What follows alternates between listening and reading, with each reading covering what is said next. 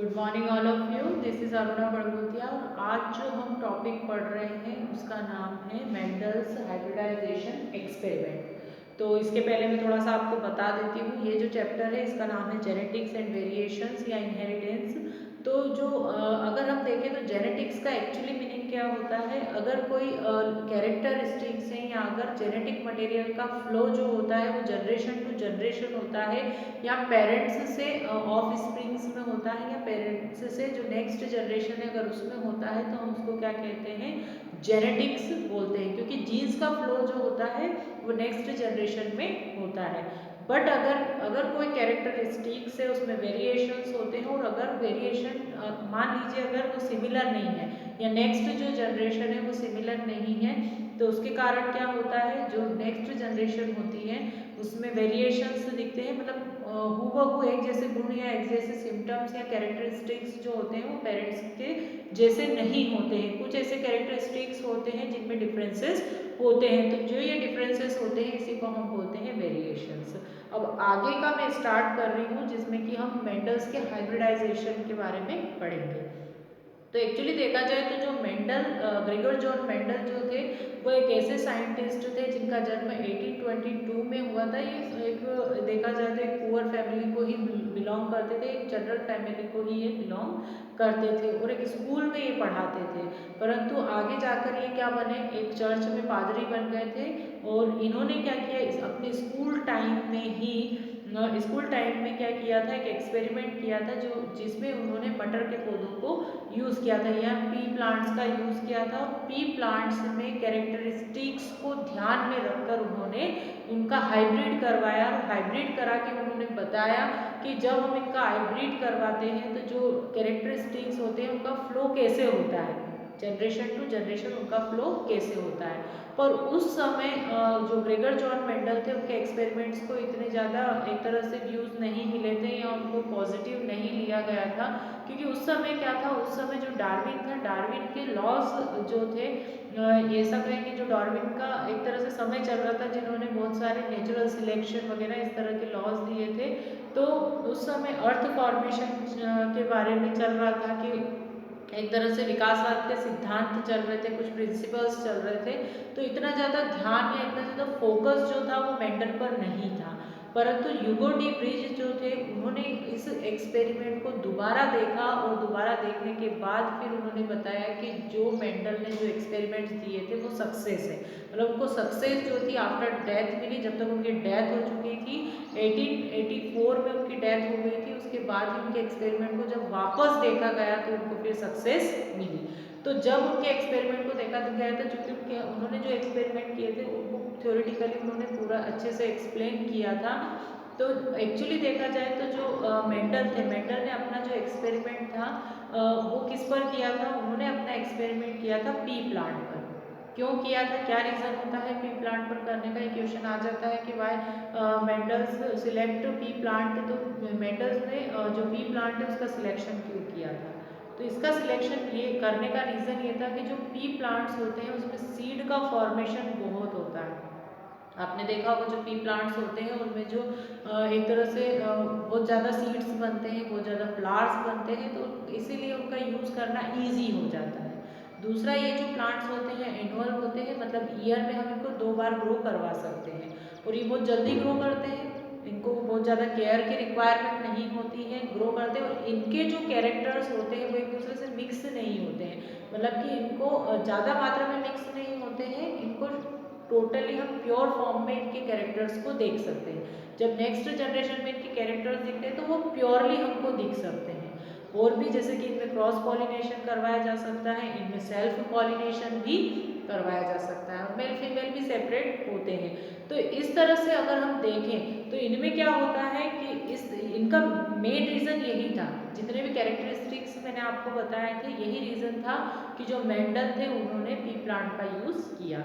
तो आज जो हम टॉपिक पढ़ेंगे वो है इसका एक तरह से मोनोहाइब्रिड क्रॉस हम पढ़ रहे हैं। मोनोहाइब्रिड क्रॉस का मीनिंग क्या होता है ये मैं आपको बता देती हूँ। जो मोनोहाइब्रिड क्रॉस का मतलब ये होता है कि अगर एक कैरेक्टरिस्टिक्स को ही ध्यान में रखकर अगर दो प्लांट्स के बीच में अगर क्रॉस कराया जाता है या टू प्लांट्स को क्रॉस करवाया जाता है तो उसको हम बोलते हैं मोनोहाइब्रिड क्रॉस। क्योंकि यहाँ पर हम कैरेक्टरिस्टिक्स कितने ले रहे हैं, ओनली वन ले रहे हैं। अगर मान लीजिए हम टू कैरेक्टरिस्टिक्स लेते हैं और वो एक दूसरे से रिलेट नहीं होना चाहिए, जैसे मान लीजिए हाइट है और कलर है, ये दोनों एक दूसरे से को रिलेट मतलब रिलेट नहीं है, दोनों अलग अलग कैरेक्टरिस्टिक्स है। तो जब हम अगर दो कैरेक्टरिस्टिक्स को ध्यान में रखकर अगर मान लीजिए क्रॉस करवाते हैं तो उसको हम बोलते हैं डाइहाइब्रिड क्रॉस।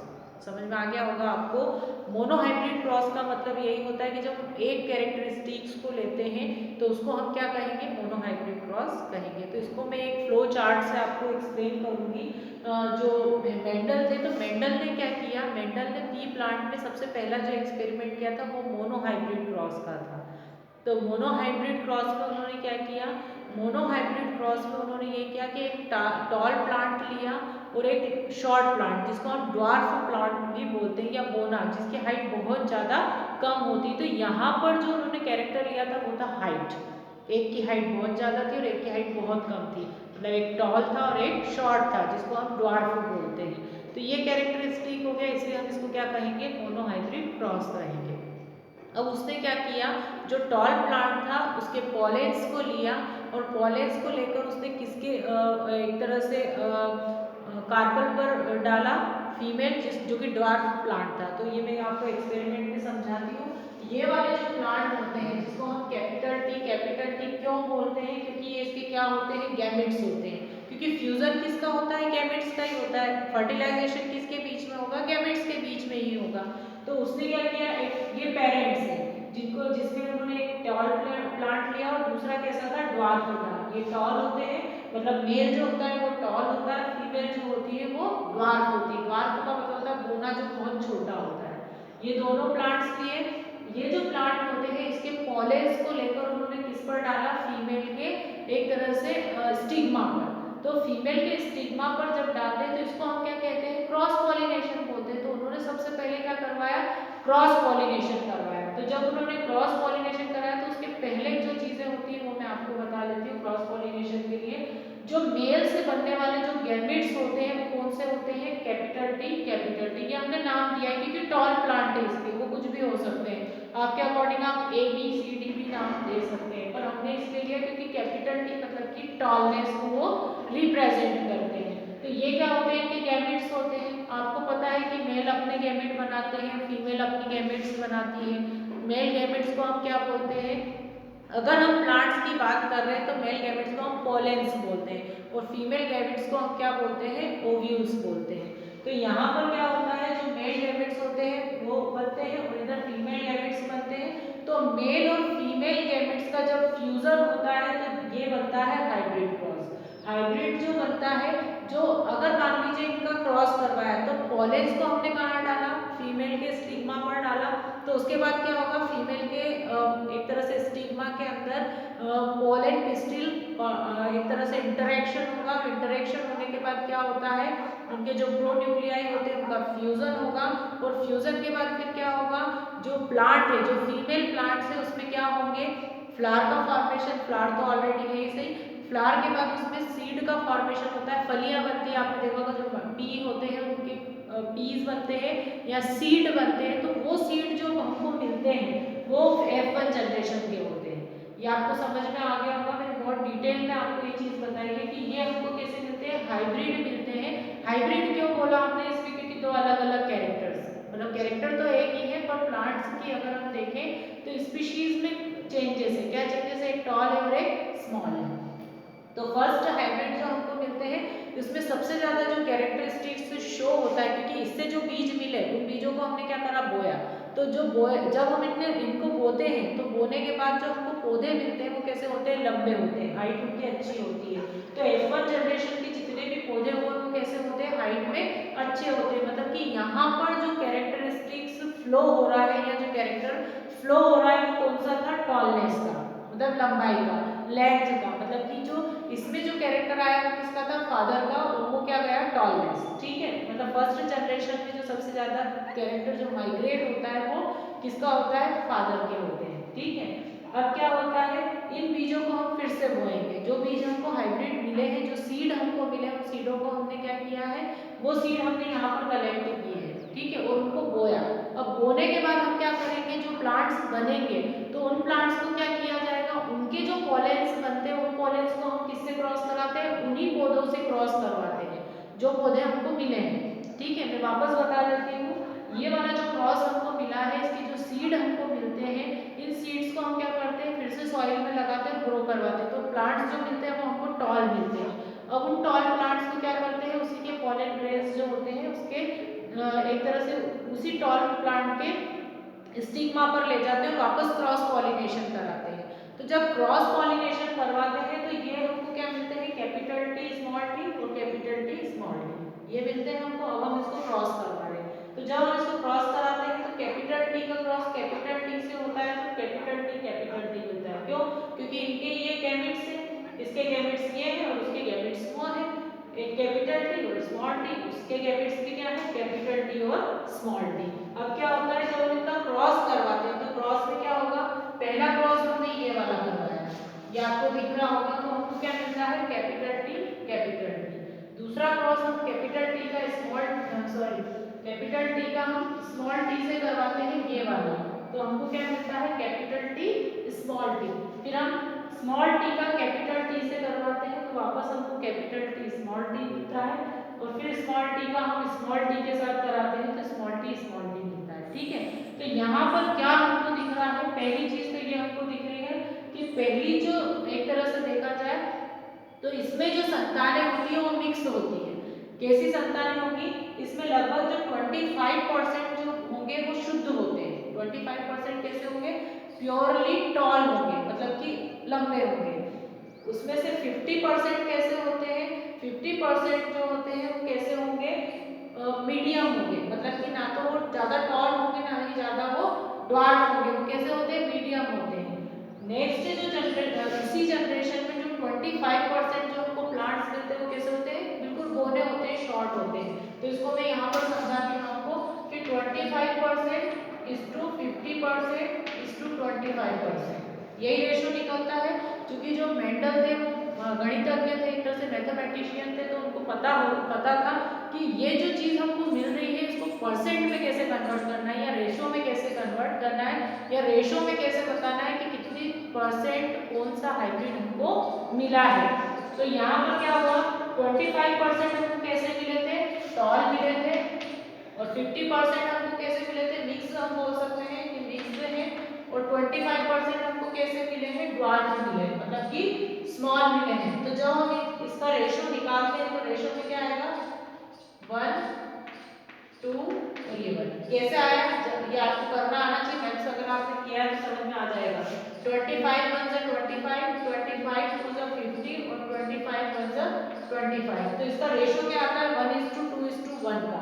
इसको मैं आपको और अच्छे से समझाती हूँ कि यहाँ पर एक चीज और होती है, यहाँ पर 3:1 का रेशो भी आता है। क्यों आता है 3:1 का रेशो, इसलिए आता है क्योंकि अगर आप इसमें एक चीज कॉमन देखोगे कि ये इसमें भी टॉलनेस है, इसमें भी टॉलनेस है, इसमें भी टॉलनेस है, मतलब कि जो 75% जो चिल्ड्रंस होते हैं या 75% जो प्लांट्स होते हैं उसमें टॉलनेस का कैरेक्टर ज्यादा आता है, तो इसका रेशो जो होता है वो 3:1 का भी बनता है ना, ऐसे भी बोल सकते हैं अगर हम विशुद्ध बोले तो। पर प्योरली अगर हम देखें तो प्योरली में ये वाले जो होते हैं 25% प्योर टॉल होते हैं और 25% प्योरली शॉर्ट होते हैं, और ये वाले जो होते हैं वो मीडियम होते हैं। तो इसलिए जो रेशो बनेगा वो कौन सा बनेगा, 1:2:1 का। ये यहाँ पर मैं आपको बता देती हूँ इस तरह से। तो अब क्या होगा, इन पौधों को जब हम बोते हैं, वापस क्या करेंगे, इनसे प्राप्त बीजों को हम बोएंगे, या इनसे जो बीज हमको या सीड जो हमको मिलेंगे उनको हम जब वापस सॉइल में लगाते हैं या ग्रो करवाते हैं, तो जो जनरेशन हमको मिलती है तो उसमें 25% टॉल, 50% टॉल, और फिर उसके बाद ड्वार्फ मिलती है। तो ये टॉलनेस सेम हो गया, तो 25 50 कितना हो गया, 75% हो गया, 25% ड्वार्फ हो गया। तो ये जो रेशो बनता है 1:2:1 का बनता है। तो अब आपसे पूछते हैं कि जो मेंडल होता है उसके फर्स्ट जनरेशन या मोनो हाइब्रिड क्रॉस में आपको क्या रेशो मिलता है, तो रेशो जो है वो कौन सा मिलता है, 1:2:1 का। तो इस तरह से आप चार्ट की हेल्प से इसको समझा सकते हैं। हो सकता है आपको यहाँ पर ये चीज समझ में नहीं आई होगी तो मैं इसको एक बार एक्सप्लेन कर देती हूँ वापस ये यहाँ से, क्योंकि होता है नहीं समझ में आती है। तो यहाँ से आपको मैं बता देती हूँ कि फर्स्ट जनरेशन में क्या होगा, सेकेंड जनरेशन में क्या होगा। फर्स्ट जनरेशन में जितने भी चाइल्ड होंगे वो कैसे होंगे, टॉल होंगे। अब सेकेंड जनरेशन में हम देखते हैं तो सेकेंड जनरेशन में ये वाला जो टॉल है उसी जनरेशन के दूसरे प्लांट से हम क्रॉस करवा रहे हैं। तो इसका एक कैपिटल टी, इसका स्मॉल टी, इसका एक कैपिटल टी और इसका स्मॉल टी, ये इसके क्या है, गैमेट्स हैं। इन गैमेट्स में हम इसका क्रॉस इसके साथ करवाएंगे तो क्या मिलेगा, कैपिटल टी कैपिटल टी। फिर इसका क्रॉस हम इसके साथ करवाएंगे तो क्या मिलेगा, कैपिटल टी स्मॉल टी। अब हम इसका क्रॉस किससे करवाएंगे, इससे करवाएंगे तो कैपिटल टी स्मॉल टी, और वापस इसका क्रॉस हम इसके साथ करवाएंगे तो स्मॉल टी स्मॉल टी। इस तरह से हमको क्रॉस को बनाना है। जब आप इस तरह से क्रॉस को बनाओगे तो अपने आप समझ में आ जाएगा। तो ये वाले कैसे हो गए, ये टॉल हो गए, ये भी कैसे होंगे, ये भी टॉल होंगे, और ये वाले कैसे होंगे, ड्वार्फ होंगे, मतलब कि छोटे होंगे। तो ये पूरा जो एक्सपेरिमेंट है ये टोटली डिपेंड करता है एक संकर क्रॉस पे, क्योंकि एक ही कैरेक्टर को लेकर हमने फर्स्ट सेकंड थर्ड जनरेशन तक बता दिया। ये वाले जो हाइब्रिड थे ये फर्स्ट जनरेशन के थे, ये सेकंड जनरेशन के थे। अगर आप और क्रॉस करवाएंगे तो थर्ड जनरेशन भी हमको मिल जाएगी। तो आगे तक हम इसको क्रॉस करवा सकते हैं, पर हमको मोनो हाइब्रिड क्रॉस यहीं तक पढ़ना है, फर्स्ट से सेकंड जनरेशन तक ही। अगर आप इतना भी करते हैं तो आपको फुल मार्क्स मिल जाएंगे। तो इस तरह से ये मोनो हाइब्रिड क्रॉस बनता है। तो मोनो हाइब्रिड क्रॉस में अगर आपने चार्ट अच्छे से लर्न कर लिया तो आप इसकी थ्योरी भी लिख सकते हैं। ये टॉपिक यहाँ पर एंड हुआ है। अब नेक्स्ट जो मैं आपको बताऊंगी वो मोनो हाइब्रिड क्रॉस के बाद डाई हाइब्रिड क्रॉस बताऊंगी, जिसमें हम दो कैरेक्टरिस्टिक्स को ध्यान में रखकर क्रॉस करवाएंगे। और ये टॉपिक यहाँ पर एंड हो गया है।